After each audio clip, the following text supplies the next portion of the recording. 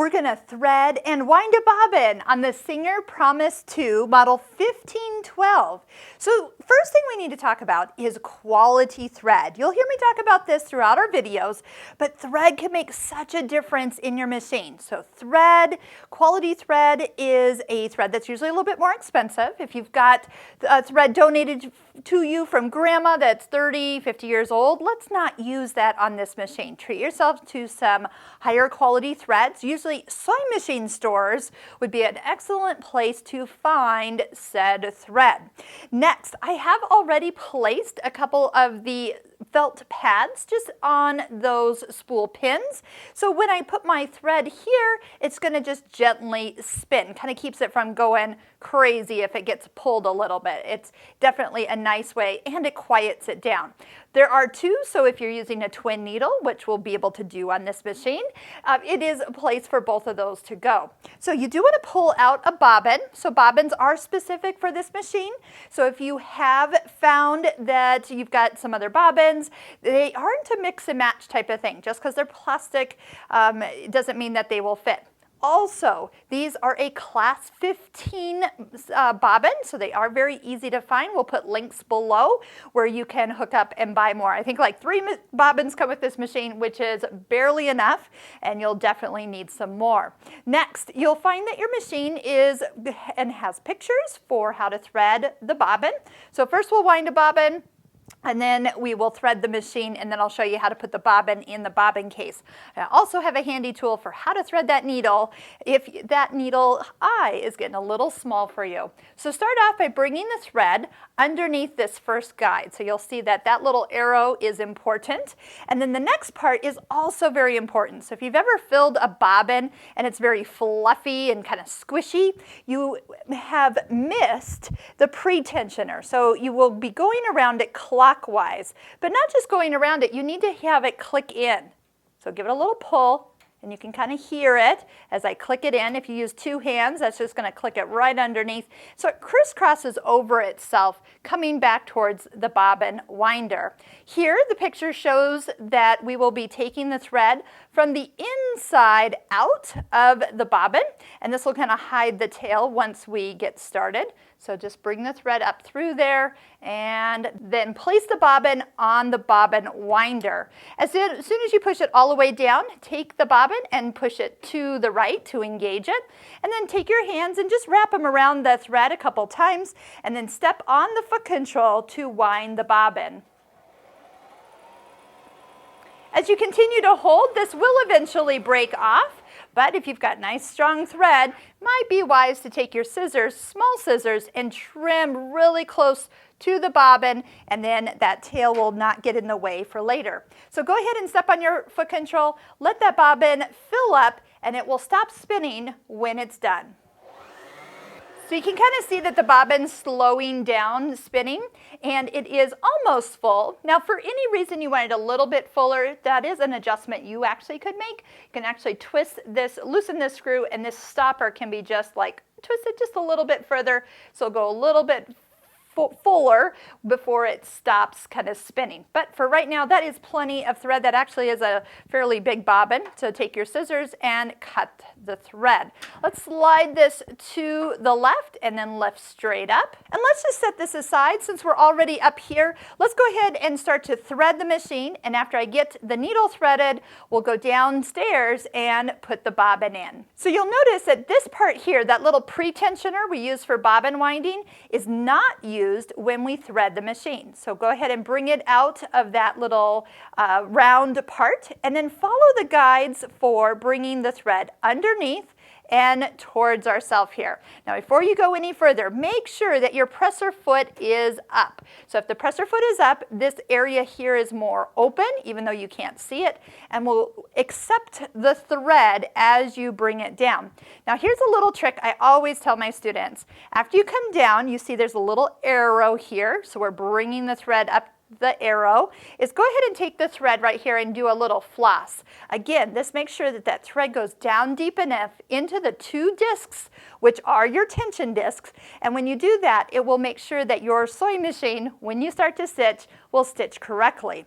Next, take your thread. You have a little arrow here, so you're bringing it in on the right, all the way to the back, down on the left. And it should hook into that little eye in there, so it's open. So you just in and down and it clicks in. So I can feel that it's where it's supposed to be. Next, there is one guide at the top of the needle. It is open over here on the right side. So if you just take your hand and bring it around the back, it's bringing it really close to the needle, and then you're just going to trim the thread at an angle and put it through the needle. After you do that, usually I just take the thread, bring it down underneath the foot and to the back. Now I mentioned a needle threader, so this is something that we'll link to below this YouTube video.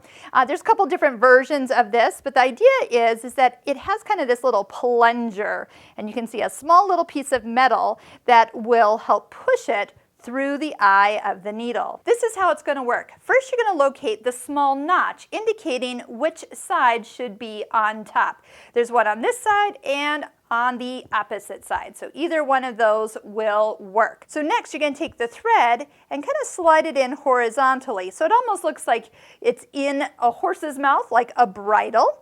And then you're going to come to the needle from right at the front, and you're going to gently push. When you do that, there is a groove right down the front of this needle that small piece of metal is going to fit in. As you slide it down and gently push at the end, it will plunge the thread and that small bit of metal through the eye, and it will produce a loop in the back. Isn't that wonderful? And then you just pull that loop right on through.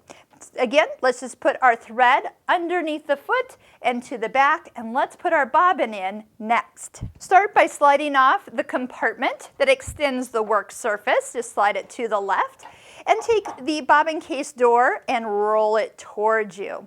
Now, it's kind of funny that this machine and the bobbin case will be easily accessed with your left index finger. If you do it with your right finger, it's kind of awkward, but if you just reach in here, pull open this small latch, get a hold of that with your thumb, and pull it straight out. You kind of notice there's a finger that's straight up and down.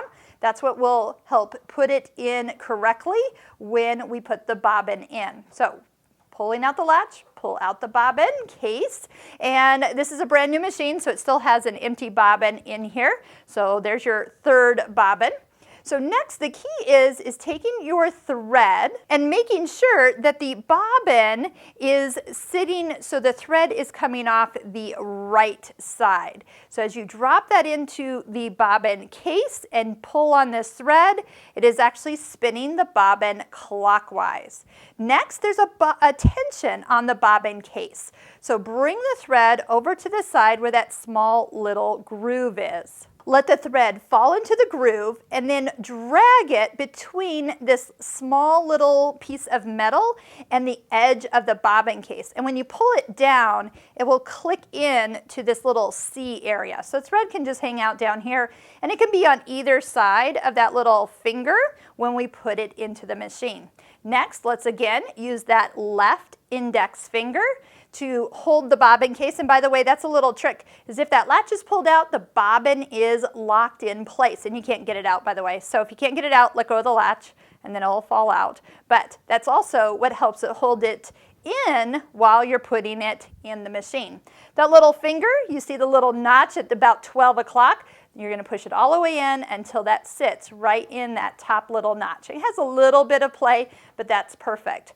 The last thing you need to do is hold on to this thread while turning the hand wheel towards you. So make sure you always turn the hand wheel towards you. We're going to take one full stitch. What we're doing here is bringing the bobbin thread up through the throat plate. So I'm over here at the side of the machine and I'm turning it towards me. The needle is up. And after one full stitch, this little guy at the top is going to come all the way back to this location. So watch as we do it. You do have to hold the top thread for this to work. You're bringing up the bobbin thread by taking a full stitch. And if you actually watch, you'll see the thread come around and link around that bobbin case. Keep turning it until the needle comes all the way up, and then pull, and up comes the loop of your bobbin thread. If you pull it right up the center, that will give you the loop to pull it completely up. Now both threads are above the throat plate, and you can slide it underneath and to the back. You're almost ready to sew. If you'd like, put the little compartment back into position. It gives you a little bit bigger workspace. Take a piece of fabric and fold it in half. You'll always see me sewing on 2 layers of fabric, because if you just sew on 1 layer, you don't always get a pretty stitch. Sewing machine is meant to sew 2 layers of fabric together. So slide it underneath the presser foot, reach right on the inside. You can do it with your left hand or your right hand, and lower the foot onto the fabric. Now make sure that the take-up lever is right at the top when you start to sew, and as you are, just put yourself on that middle straight stitch. That's a great one to start off with, and just make sure that your sewing machine sounds like it's sewing. If you want to do the locking stitch, that's what this button is. Hold it and it will stitch backwards for you as you lock those stitches in place. And then the last thing, so important here, even though the needle is up, the stitch has not been completed. That take-up lever, as it's called right here, needs to be brought to the highest position. We're turning our hand wheel towards us. As I bring it here, I'm watching until this comes all the way to the top before I lift my presser foot up and then pull the threads out. When you do this, you should only have 2 threads when it comes out. If you don't, you sometimes have like a mess or 3 threads. There's a little cutter over here on the side which you can use from front to back or back to front, and it cuts off the thread. And if it looks like the same stitch on the front as it does on the back, you have threaded the machine correctly.